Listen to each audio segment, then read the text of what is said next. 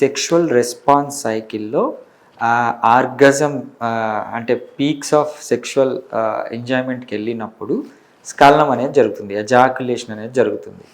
So, ఈ ఎజాక్యులేషన్‌కి బయోలాజికల్‌గా చాలా importance ఉంది. అంటే ఒక ఎజాక్యులేషన్ జరిగినప్పుడు మనిషి శరీరంలో స్ట్రెస్ తగ్గిపోతుంది. అంటే సబ్‌కాన్షియస్ లెవెల్‌లో ఉన్న కొద్దిగా సెక్షువల్ టెన్షన్స్ అండ్ స్ట్రెస్, అది వర్క్ స్ట్రెస్ కావచ్చు, ఫైనాన్షియల్ స్ట్రెస్ కావచ్చు, ఇంటర్నల్ స్ట్రెస్ కావచ్చు, ఏవైనా ఆ స్ట్రెస్ రిలాక్సేషన్ అనేది జరుగుతుంది.